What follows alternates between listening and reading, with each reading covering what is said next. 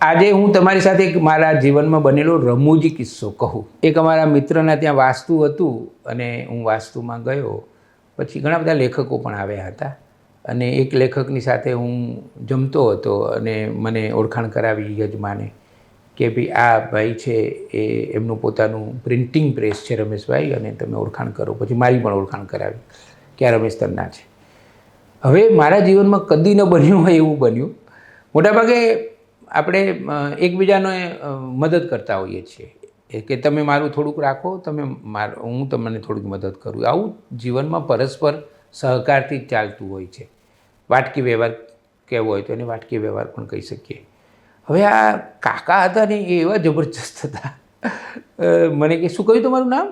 એટલે મેં કહ્યું કે મારું નામ રમેશ તન્ના છે, હું લેખક છું, મારી પોતાની પોઝિટિવ મીડિયા નામની કંપની છે. તો મારી સામે જોઈ રહ્યા. પછી મને શું કહે ખબર છે, એક આપણે છે ને ટાઈમ ના બગાડીએ કે એક આપણે ઝડપથી એ જ નક્કી કરી લઈએ કે તમે મને કેવી રીતે વાપરી શકો ને હું તમને કેવી રીતે વાપરી શકું. સીધી વાત, મુદ્દા ઉપર જ આવી ગયા. મને એટલી બધી નવાઈ લાગી. મને કે આપણે બીજો ટાઈમ બગાડવો નથી અથવા દંભ કરવો નથી. હું તમને કેવી રીતે વાપરી શકું અને તમે મને કેવી રીતે વાપરી શકો, એનો જ આપણે સીધી વાત કરી લઈએ તો કેવું રહેશે? ટાઈમ તો ના બગડે. બાપરે બાપ. મેં કહ્યું 1982થી અમદાવાદમાં રહું છું, પણ આટલો નિખાલસ અમદાવાદી મેં પહેલી વાર જોયો કે ચલો વાત જ કરી લઈએ કે એકબીજાને કેવી રીતે વાપરીશું.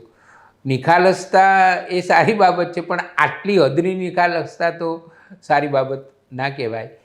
પણ મોટાભાગે એ કાકાની વાતમાં દમ તો છે જ, હતો જ કે આપણે બધા એકબીજાનો ઉપયોગ કરતા હોઈએ છીએ. તો પણ આપણે માણસ છીએ, આપણને પ્રેમ અને હૂંફ જોઈતી હોય છે.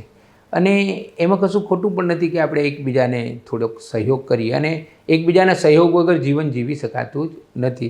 પણ આ એટલો બધો મારા જીવનનો રમૂજી અનુભવ છે કે મને એવું થયું કે આ અનુભવ હું તમારી સાથે વહેંચું. અને હું તમને એમ પણ કહેવા માગું છું કે તમારા જીવનમાં આવા કોઈ રમૂજી અનુભવો થયા હોય અથવા તો સંવેદનશીલ અનુભવો થયા હોય તો પ્લીઝ તમે નવી સવારનો સંપર્ક કરો.